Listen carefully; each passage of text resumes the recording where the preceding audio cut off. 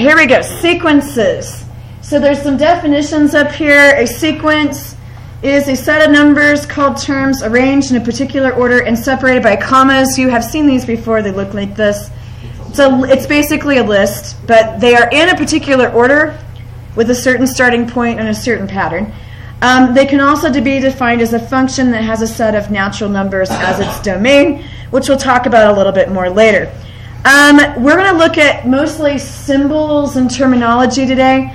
When we talk about this sequence, the first number is 2. We denote that as A1. You can use letters other than A if you have more than one. Sometimes they'll use B, C, sometimes they'll use T for term. We're going to use A just to be generic. This is A2, A3, etc. So this little subscript number denotes which term in the sequence that they're talking about. You can write a formula to find any term in the sequence. So let's look at this sequence. If we're talking about this number down here being n, so I've got 1, 2, 3. You have to think of it as sort of an input and output. If 1's the input, the output is 2. If 2's the input, the output is 4. If 3's the input, the output is 6. What are we doing to this number? Multiplying by 2. So I can just say that A of any term is just twice the number of term that you're on. So n is the little subscript number. So if they say a sub n like this is the formula to find any term. So I could use this to find the 100th term. It would be 200. I could put it in, and I wouldn't have to list out every number in the sequence. All right, so part of what you're going to be doing today is using formulas like this to write a sequence. So when it says to write the first 6 terms of this sequence, a sub n equals 3n plus 5, what you're going to do is basically make a list. You're going to do 1, put 1 in, so it'd be 3 times 1 plus 5, which is 8. Second term, you're going to put in 2, and you get 11. The third term, you're going to get 14.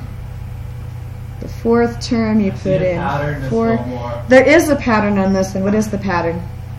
Well, you're adding 3. They're adding 3 each time, and that is true, and we will talk more about that type of pattern tomorrow. How does that work? And then a to 6 equals 3 times. Oh, that's supposed to be a 5. This is a 6. I'm looking at last year's notes, and so I cheated a little bit. All right, now, so this is your numbers. When you write the sequence, though, you need to write them in order as a list with commas. So we write 8, comma, 11, comma, 14, comma, 17, comma, 20, comma, 23. So that is my sequence of the very first 6 terms.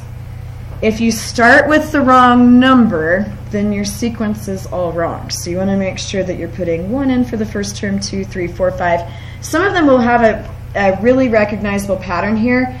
Isaac noticed that this went up by 3 every time. That's because the slope of this is 3. Nice. So this is like 3 is sort of the slope. It's going up by 3s, but 5 is sort of a starting number to make it a little bit bigger in the beginning. Okay, so we're going to look at a lot of different kinds of sequences. This one's fairly straightforward. It has n plus 4, and they want us to find the first 5 terms. So if I'm finding the first term, I'm going to take 1 plus 4, which is 5. The second term, I put in 2. 2 plus 4 is 6. 3 plus 4 is 7. 4 plus 4 is 8. And 5 plus 4 is 9. So my sequence would be 5, 6, 7, 8, 9. That one's pretty straightforward. This one is not as straightforward. You have a negative in parentheses with a power. And I want to slow down and take a little bit more time with this one because these are the ones people miss. If I put in the 1 for the first term, I'm going to have 1 plus 2 up there, which means I have negative 3 to the third. So negative 3 times negative 3 times negative 3, which is negative 27. If I put in the 2 up there, I will have 2 plus 2, which makes it negative 3 to the fourth. So negative 3 times negative 3 is 9. times negative 3 is negative 27, times negative 3 is positive 81. They have this negative in parentheses with the power. What you'll find is it's going to alternate between Can't you just put it in your calculator? positives and negatives. You can if you remember to do the parentheses. If you leave the parentheses off, you will get the wrong answer. But yes, you could do this on a calculator. Just make sure that you're using the parentheses with your scientific calculator. So this one comes out negative 243.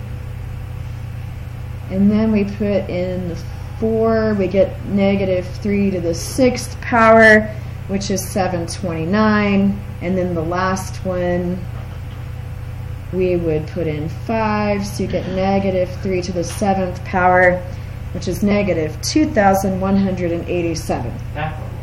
And theoretically, I should write that out with commas. We're going to go a little lazy and just box this over here. Call it good. Just make sure you have them in order if that's how you're doing this. So when you have the negative there with the power, it should alternate between negative and positive. If it doesn't have parentheses, then they would all be negative. Okay, so this one, so some of the first two that we did, it was sort of adding the same number each time. This one seems to be multiplying by negative 3 each time. And then we're going to have some that have patterns that are just a little harder to figure out in the beginning. On this one, we have n plus 1 over n plus 2. So when I have my first term, I'm going to put 1 in for both of those n's. So 1 plus 1 over 1 plus 2, and my answer is 2/3. If I put in 2, I have 2 plus 1 over 2 plus 2. I get 3/4. And I have 3 plus 1 over 3 plus 2. I get 4/5. Do you see the pattern on these? I do. Okay, what would be the fourth term? 5, 6. And the fifth term? 6, 7. 6/7. And I do want your answers typically as fractions, not as decimals, and that has to do with what we're going to do with limits and derivatives later. All right, so here's a weird one. They have negative 1 to the n power times n. So when I put in 1, that's negative 1 to the first power times 1. It's not very exciting. We get negative 1. If I put in 2, I get negative 1 squared times 2. So that's going to be positive 2. If I put in 3, I get negative 1 to the third power times 3, which is negative 3. Do you see a pattern here? What would be the fourth one? Anyone? Anyone? Bueller? 4. 4, thank you. I wasn't looking. And then fifth term is negative 5. Okay, so again, when they have that negative in the parentheses and they keep changing the power, it's going to alternate between negative and positive. When they added the times n, that changes the actual number that you're looking at. Okay, so that's how the formulas are used. Now we're going to switch gears a little bit and look at how this is related to what we have done with functions, how they're the same, how they're different. With a function, for most functions, the domain is real numbers. So you'd have something like f of x equals 2 to the x. And you can put in really whatever number you want. I could put in 0, take it times 2 and get 0. I could put in 1, take it times 2 and get 2. I could put in 0.5, take it times 2 and get 1. I could put in the square root of 5, which is irrational, and I could get 2 square roots of 5. Any real number can go in. So any real number can be part of the domain. When we're talking about a sequence, it's hard to have like the 1 3/5 term. Really, you just have first term, second term, third term. You're not going to have negatives. We don't have 0. And so the domain on this is going to be 1, 2, 3, 4, 5, etc., which we call the natural numbers. Sometimes they're called the counting numbers. So I put in 1, I get 2. Put in 2, I get 4. Put in 3, I get 6. 4, 8, 5, 10. The only numbers that can go into a sequence are going to be positive whole numbers. 1, 2, 3, 4, 5, 6, 7. Numbers that you would use to count things in real life. So that changes what a graph would look like for a sequence versus a function. So, and this correlates to that very first slide that we looked at up here, the an equals 2n. If I have 2x, that's a line, goes through 0, 0, and has a slope of 2. And we connect those, and they go on forever and ever. And that graph is continuous. If we're doing a sequence, I can only put in 1, 2, 3. So 1 would be 2, 2 is 4, 3 is 6, 4 is 8, 5 is 10. And they are separate dots. We don't connect them, and they will never go any further to the left. This is called a discrete graph. Because we don't connect it, it's not continuous. So a little bit of difference between a sequence and a function. Okay, more new terminology on the next page. Finite versus infinite sequences are basically what you would think they are. A finite sequence has a finite number of terms. Example, the sequence of dates in June is finite because there are 30 days. Like, there can't be more than that. An infinite sequence has an infinite number of terms, so an example would be the sequence of positive even numbers. So I could go 2, 4, 6, 8. I could just keep going as long as I want. That is an infinite sequence. We're going to look at both types of sequences and do different things with them as we move through this unit. All right, finite or infinite. So the sequence of odd numbers, finite or infinite? Infinite. You can keep counting odd numbers as long as you want. The sequence of scores for the last test in this class, I think only 2 people have taken it so far since so many have been out sick.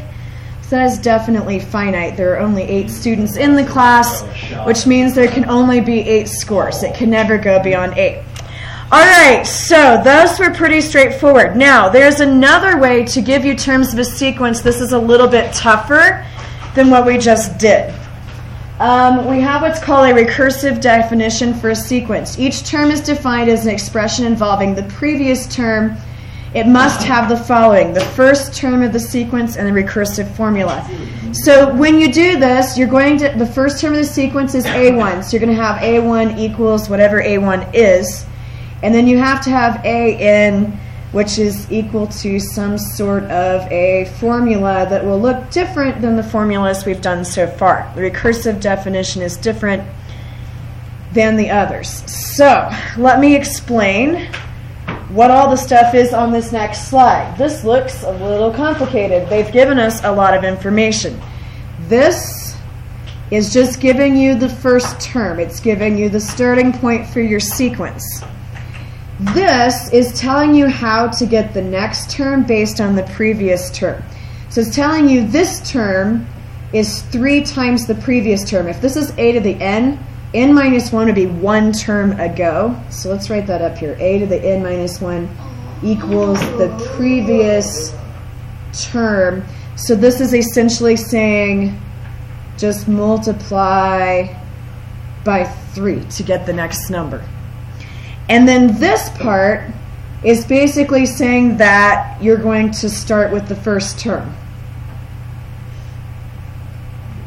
And there are situations where you would not start with the first term, but it's actually saying start the formula after the first term. Sorry, n is greater than 1. Start the formula after the first term. So the second term is 21. Yes. So if we were writing this sequence, we would have 7, and then I would take that times 3 to get 21. I would take that times 3 to get 63, etc. The n minus 1 is just saying times the previous term. So this term is A1. This is A2. So to do A2, you're taking 3 times A1. So the a to the n minus 1 means the previous term. It looks more complicated than it actually is. It's just a set of rules. It's a set of rules, and it's a little different because you can't, with the recursive formula, you can't directly go to any term that you want. I can't say, okay, find the 100th term. If this is what I know, I would either have to write the other kind of formula first, or I would have to keep going until I got to the 100th term.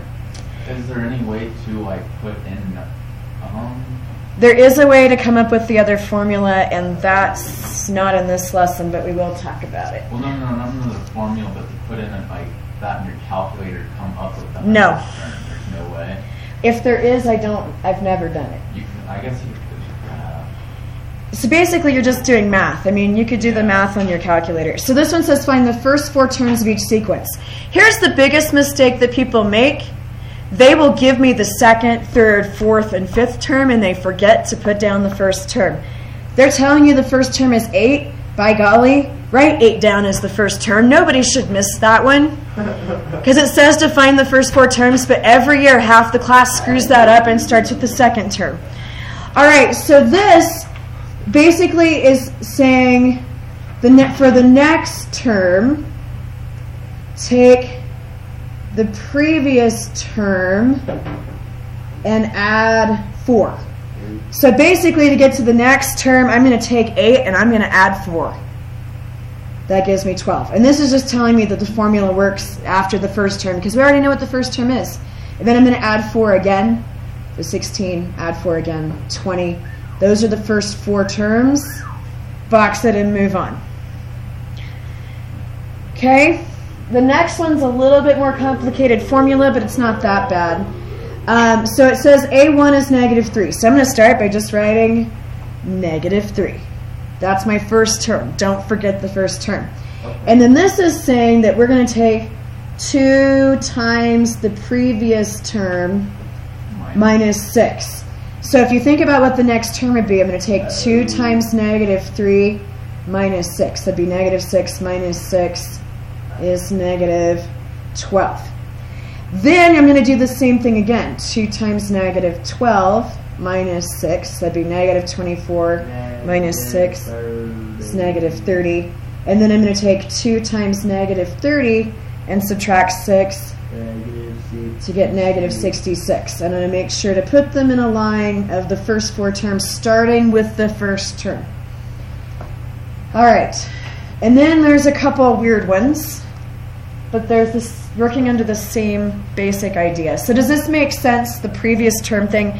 The A with the n-1 is the most complicated thing that we've seen, but it just means the previous term. It's like if this is the 5th term, you want to use the 4th term. All right, so over here it says find the first 4 terms of each sequence. Looks pretty much the same. First term is 3, so I'm going to write that down. And then it's saying this is the previous term, and then we're going to add the number of the term. So that's a little complicated. So what that means is when I do the second term, this is A1. When I go to do A2, I'm going to take the previous term, 3, and I'm going to add 2 to it because it's the second term, which gives me 5. N is just what term am I on? I'm on the second term, it's 2. If I'm on the third term, it's 3.